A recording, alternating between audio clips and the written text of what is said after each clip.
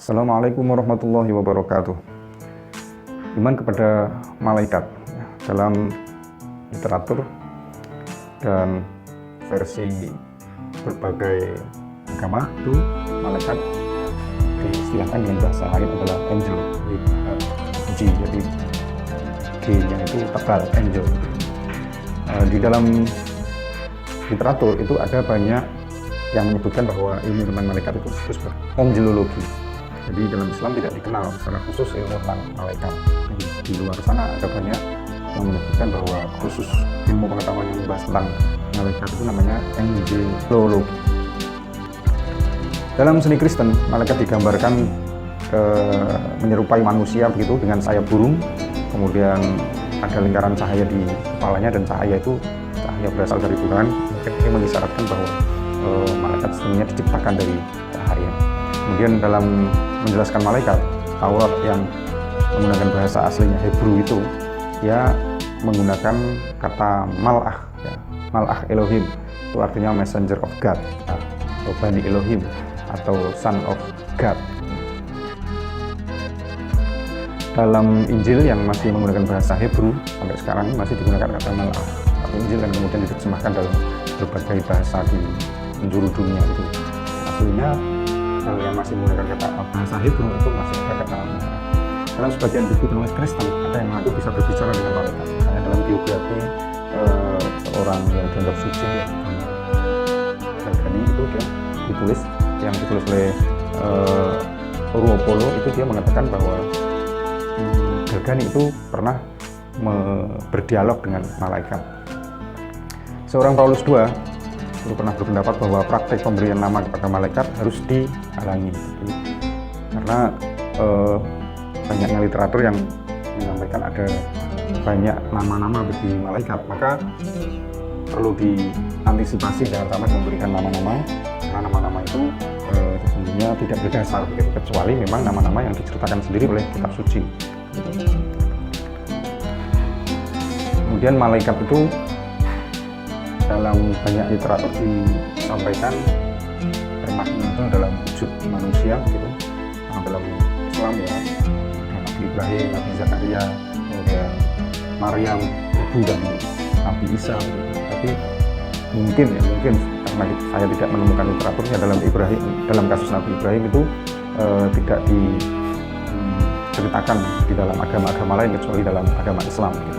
Dalam kasus Nabi Ibrahim itu suatu saat kedatangan tamu begitu, dan tamu itu tampak gagah dengan fashion yang lengkap dan wah begitu. Kemudian Nabi Ibrahim merasa takut, dan saat itu maka Nabi Ibrahim bertanya, engkau dari mana begitu dan seterusnya. Kemudian menyuguhinya dengan daging onta yang muda begitu, dan ternyata tamu-tamunya itu tidak berkenan atau tidak mencicipi makanan yang dihidangkan oleh Nabi Ibrahim. Kemudian Nabi Zakaria juga begitu. Dalam peristiwa itu Nabi Zakaria didatangi oleh malaikat yang menyatakan, yang menginformasikan kepadanya bahwa dia akan segera mempunyai anak bernama Nabi Yahya begitu, meskipun istrinya dalam keadaan yang sudah sangat tua begitu. Begitu juga peristiwa Maryam, ibu Nabi Isa itu didatangi oleh malaikat dan diberitahu bahwa kalau akan ada janin yang bisa lahir dari rahim Maryam, ya, dan Maryam merasa terperangah begitu dan hampir setengah tidak percaya begitu. Itu sosok-sosok malaikat yang muncul dalam wujud manusia yang diceritakan oleh kitab-kitab suci termasuk di dalam Al-Quran. Kemudian ada gerakan The New Crusade atau gereja baru, itu dia mengatakan bahwa all children who die not only enter heaven but eventually become angel. Itu anak-anak yang meninggal itu tidak hanya masuk surga, tapi dia bahkan akan menjadi malaikat-malaikat. Itu kata The New Crusade. Terus lagi dia bilang name of angel, nama-nama malaikat itu seperti Mikael, Gabriel, dan Raphael itu menunjukkan sesungguhnya adalah tugas-tugas khusus, fungsi-fungsi khusus, bukan sosok malaikat, bukan nama sosok malaikat. Jadi ini bukan nama tapi tugas atau peran atau fungsi gitu. Malaikat ini perannya sebagai Mikael, malaikat ini perannya sebagai Jibril, malaikat ini perannya sebagai Raphael gitu. Itu peran-peran, bukan ini namanya malaikat Jibril, ini namanya malaikat Mikail dan seterusnya. Enggak. Itulah gerakan gereja baru. Selanjutnya bahwa Ibnu Sina ini dalam literatur Islam ya, pemikiran Islam itu menggunakan kosmologi emanasi neoplatonis ya, milik Al-Farabi, itu mengembangkan sebuah pemahaman bahwa malaikat itu sesungguhnya punya hierarki, berada dalam sistem level dari atas ke bawah gitu. Dan ciptaan pertama yang diciptakan oleh Allah Subhanahu wa taala itu sesungguhnya adalah malaikat dalam level yang paling tinggi, malaikat level pertama. Kemudian diikuti dengan malaikat-malaikat level berikutnya gitu. Dan levelnya ada 10, dan yang paling bawah itu adalah yang paling bawah itu adalah akal ke-10 atau intelek ke-10 atau malaikat ke-10, dan dia bertanggung jawab mewujudkan bentuk materi dan menerangi pikiran. Jadi yang mewujudkan benda-benda yang bersifat atau makhluk baru yang bersifat material, dan dia bertanggung jawab menerangi pikiran-pikiran manusia itu adalah malaikat yang pada level yang paling akhir, yaitu malaikat ke-10 gitu. Itu teorinya Ibnu Sina. Dalam ajaran masyarakat teosofi ada istilah dewa ya. Kita kenal dalam dunia misalnya perwayangan itu ada istilah dewa. Nah, dewa itu dianggap hidup baik di atmosfer planet tata surya atau di dalam atmosfer planet matahari begitu. Mereka membantu pengoperasian proses alam seperti proses evolusi dan pertumbuhan tanaman. Jadi evolusi matahari, kemudian bumi, kemudian bintang-bintang, planet-planet yang lain itu dibantu oleh dewa-dewa begitu. Dan yang menumbuhkan tumbuh-tumbuhan, tanaman-tanaman menjadi hijau kembali dan berbuah dan bisa dipetik itu adalah dewa-dewa. Penampilan mereka konon seperti api yang berwarna seukuran manusia, jadi tampilannya seperti api. Para teosofis itu percaya bahwa dewa dapat diamati ketika ada panca indera ketiga atau mata ketiga itu diaktifkan, maka dia bisa diserap oleh panca, bisa dilihat begitu. Dan bahkan beberapa dewa itu berinkarnasi dengan atau sebagai manusia. Jadi ada manusia-manusia itu dalam cerita permainan yang dirinya dewa tapi punya anak manusia, kemudian menikahi manusia dan lain sebagainya. Bahkan ada manusia setengah dewa dan lain sebagainya. Itulah pandangan filosofi. Oke. Dalam buku Syarikh Baha'u'llah, jadi ada kelompok agama namanya Bahai, dan pendirinya menggambarkan bahwa malaikat itu sebagai orang yang telah menghabiskan semua sifat keterbatasan manusia. Jadi kalau orang telah menghabisi, telah mengikis habis semua sifat keterbatasannya dengan bantuan api cinta, dengan bantuan semangat cinta yang membara, yang menggelora terhadap Tuhan, itulah sesungguhnya malaikat. Ia juga telah mengenakan diri mereka sendiri dengan atribut malaikat dan telah menjadi dalam tanda kutip diberkahi dengan atribut spiritual. Jadi orang yang sudah menghabisi sisi buruknya, sisi keterbatasannya, kemudian diberkahi dengan atribut spiritual, dan caranya adalah dengan bantuan mencintai kepada Tuhan, maka dirinya itu layak disebut malaikat. Itu dalam kalangan Bahai, kelompok agama yang bernama Bahai itu. Bagaimana sesungguhnya Islam menyampaikan tentang informasi tentang malaikat ini? Jadi sebenarnya tidak ada kepercayaan tentang malaikat itu kecuali dibangun di atas informasi wahyu dan juga informasi dari Nabi. Kapan malaikat diciptakan ya? Kapan malaikat itu diciptakan? Ya, malaikat diciptakan sebelum manusia. Mereka diberi info bahwa Allah akan menciptakan makhluk lain dan mewajibkan mereka untuk sujud. Jadi ketika Allah Subhanahu wa taala akan menciptakan manusia pertama yaitu Nabi Adam, itu malaikat dikasih info oleh Allah Subhanahu wa taala bahwa akan diciptakan seorang atau makhluk, ada seorang makhluk pertama bernama Adam, dan Allah mewajibkan kepada para malaikat untuk sujud kepada makhluk ciptaan yang baru. Bahkan diciptakan sebelum langit, bumi, dan jin. Malaikat itu diciptakan sebelum semua jagat raya ini, makhluk bumi dan jin. Kemudian berapa jumlah malaikat? Jumlahnya tidak ada yang tahu. Dan malaikat itu mempunyai tugasnya sendiri-sendiri, dan dipasrahi peran-peran yang harus mereka lakukan oleh Allah. Sebagian nama-namanya disampaikan kepada kita, misalnya Jibril, Mikail, gitu. Dapat kita tentang Rokib, Atid itu ada beberapa itu nama atau fungsi saja. Apakah malaikat bisa dilihat? Jawabnya adalah tidak bisa, karena Allah tidak memberikan kemampuan untuk itu. Allah tidak memberikan kita kemampuan tanpa indera ataupun yang lain untuk bisa mensurat malaikat kecuali Nabi Muhammad SAW. Karena itu ia pernah melihat malaikat Jibril dalam wujud aslinya. Nanti kita akan terangkan seberapa besar dan seberapa banyak sayap malaikat Jibril dan apa yang terjadi ketika Rasulullah SAW melihat malaikat Jibril langsung. Orang-orang yang tidak percaya, orang-orang yang kafir akan menuntut Nabi Muhammad agar mereka dapat melihat malaikat. Tapi Allah Subhanahu wa Ta'ala telah memberikan jawabannya sendiri. Mereka tidak dapat melihat malaikat kecuali ketika malaikat menurunkan siksa kepada mereka. Dalam surah Al-Furqan, Allah pernah berfirman, "Wa qala alladziina laa yarjuuna liqaa'ana." Dan orang-orang yang tidak ingin ketemu kami, Allah Subhanahu wa Ta'ala di akhirat kelak, "Laula unzila 'alainal malaikatu aw nara rabbana." Kenapa bukan malaikat yang diturunkan langsung kepada kami, atau kenapa kami tidak bisa melihat Tuhan kami secara langsung? Laqad istakbaru, sehingga mereka telah menyombongkan fi anfusihim diri mereka, wa atau atuwan kabira, dan mereka melampaui batas dengan benar-benar melampaui batas karena kedoliman mereka itu sendiri.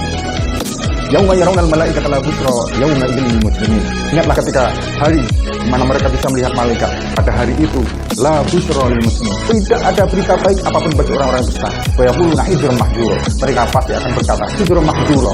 Ini perkataan orang Arab ketika mereka tidak ingin ditimpa siksa, ketika mereka tidak ingin datang bahaya bagi diri mereka. Hijrun mahjura. Hilangkan bahaya dari kami, itu kata mereka. Mengapa malaikat tidak dijadikan nabi? Kenapa Allah tidak menjadikan malaikat itu nabi-nabi saja, tapi nabinya malah justru dari umat manusia? Nah, kita harus tahu bahwa karena berbeda tabiat, malaikat dan manusia itu berbeda tabiat. Nabi Muhammad saja benar-benar merasa berat ketika kedatangan malaikat Jibril secara langsung. Saat itu Nabi Muhammad kemudian pulang dan meminta istrinya untuk selimuti aku, dakhiruni, zammiluni, zammiluni. Di dalam ayat yang lain Allah pernah menjelaskan di dalam surah Al-Isra ayat 95, jika penduduk bumi ini adalah malaikat-malaikat, maka Allah akan menurunkan malaikat sebagai nabi bagi mereka. Kata Allah, "Qul law kana fil ardi malaikatu yamshuna mutma'innina lanazzalna 'alaihim minas sama'i malakan rasul." Katakan wahai Muhammad kepada mereka, jika di atas bumi ini penduduknya adalah malaikat-malaikat yang berjalan dengan tenang, lanazzalna 'alaihim minas sama'i malakan rasul, maka aku akan turunkan malaikat dari langit dan malaikat-malaikat itu menjadi rasul-rasul, menjadi utusan-utusan.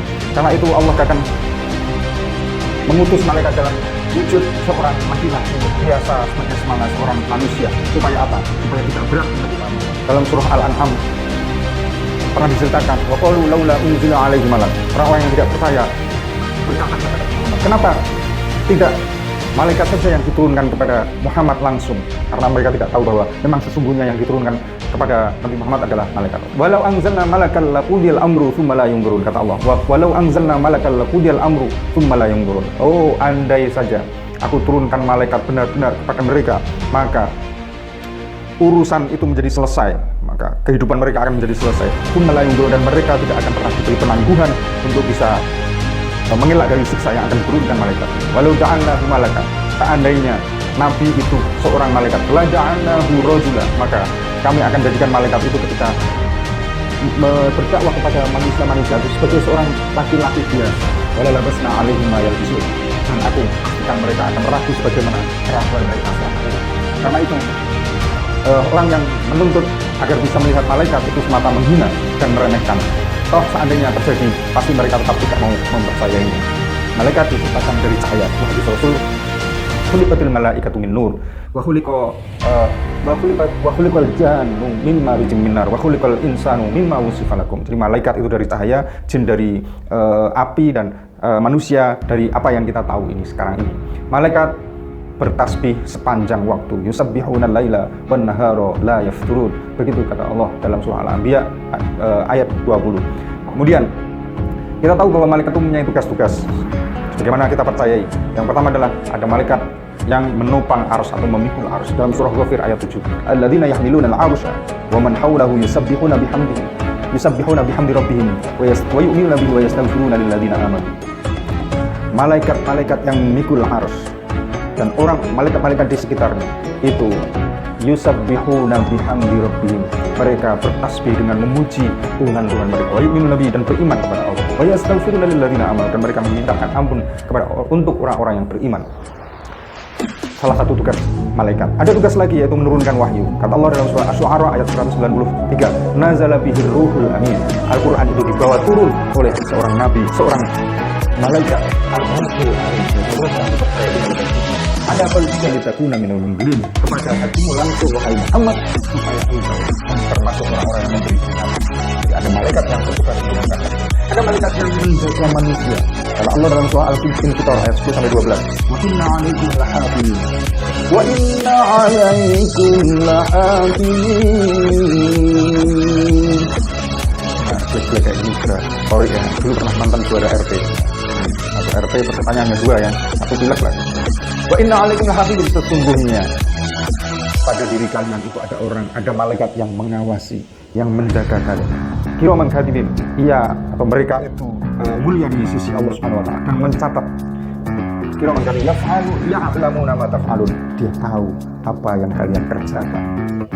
Kemudian juga ada malaikat yang menulis setiap amal dalam surah Qaf ayat 17 dan 18. Idh yatalaqal mutalaqiyani 'anil yamin wa 'anil shimali qa'id. Ingatlah, ada yang mencatat, 2 malaikat pencatat yang duduk di samping kanan dan di samping kiri.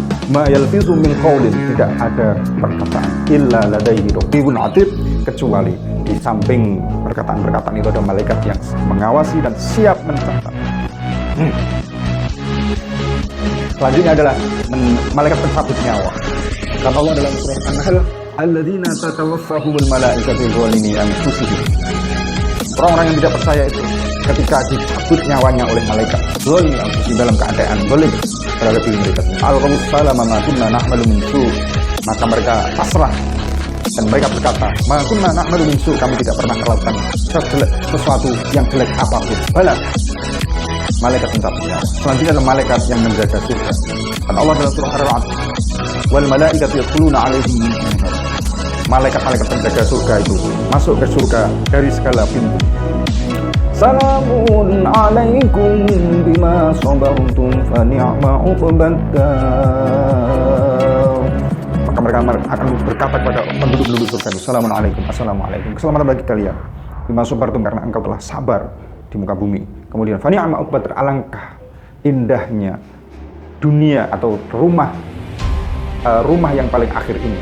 Uqbad-dar, ada juga malaikat penjaga neraka.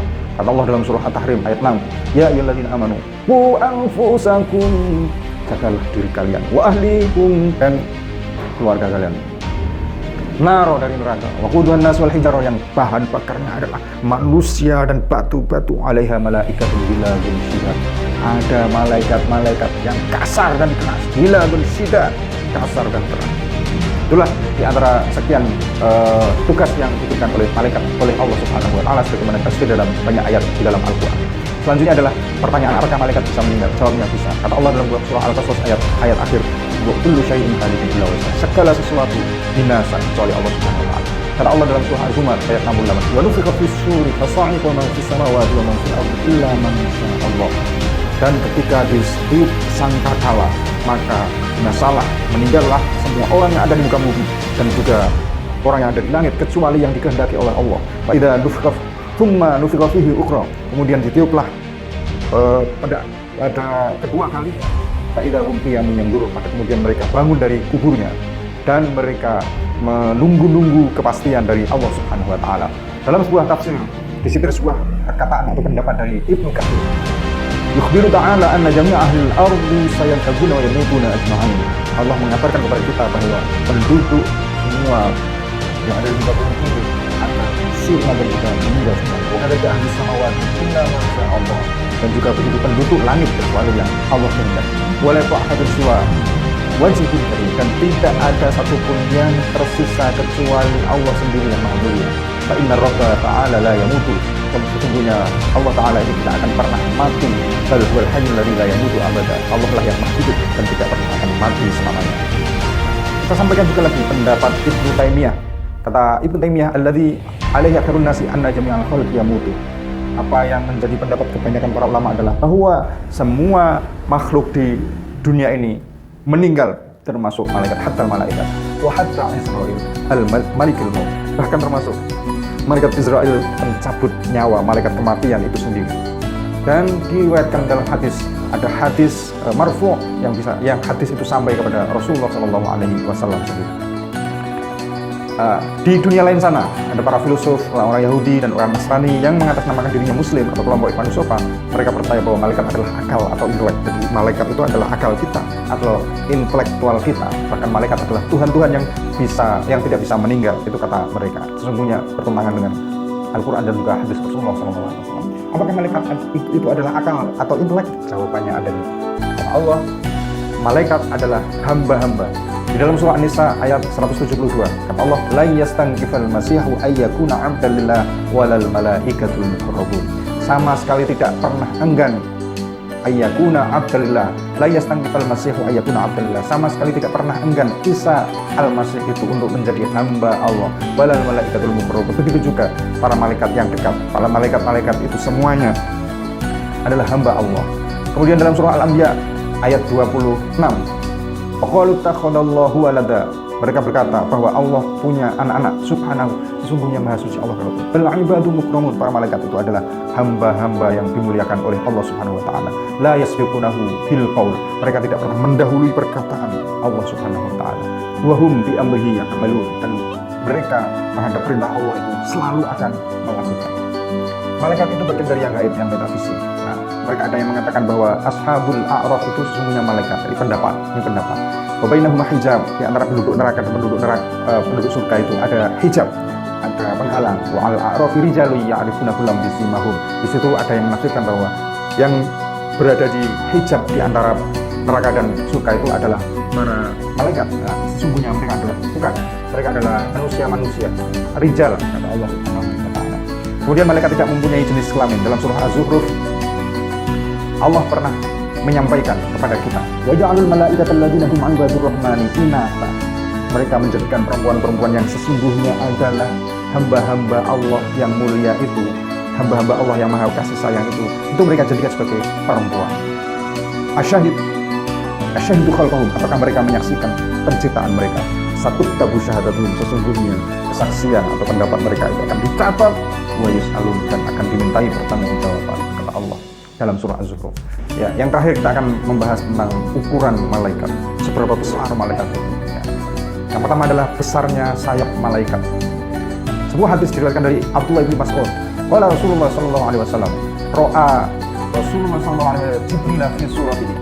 Rasulullah pernah melihat langsung malaikat Jibril dalam wujud aslinya. Walau situ mi'ati janah, dia punya 600 sayap.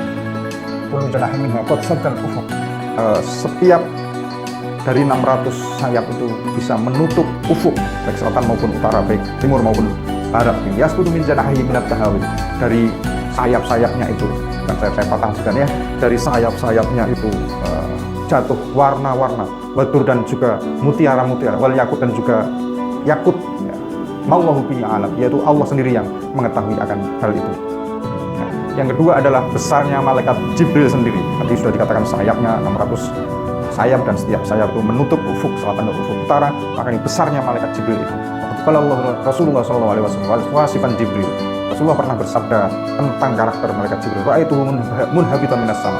Saya melihatnya turun dari langit. Saddan aidu khalqihi ma bainas sama'i wal ardh. Jadi besarnya penciptaannya, besarnya postur ciptaannya itu adalah menutup antara langit dan bumi. Jadi tidak bisa diukur karena semua tertutup antara pijakan kita di bumi hingga akhir pandangan kita di langit.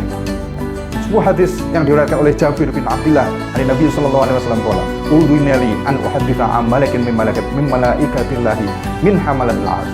Saya diizinkan untuk menyampaikan karakter malaikat masa adalah malaikat Qayyubi atau pemikul arsy. Inna ma baina syahmati udunihi. Sesungguhnya antara daging telinganya ini sampai dengan pundaknya itu adalah masiratu sab'ini ati amin, adalah jaraknya itu adalah seperti jaraknya jalan kaki sepanjang 700 tahun. Masya Allah. Semoga apa yang bisa sampaikan ini membuat kita semakin meyakini keberadaan malaikat sebagai salah satu rukun iman yang menjadikan kita sebenarnya sebagai orang yang benar-benar beriman. Terima kasih. Assalamualaikum warahmatullahi wabarakatuh.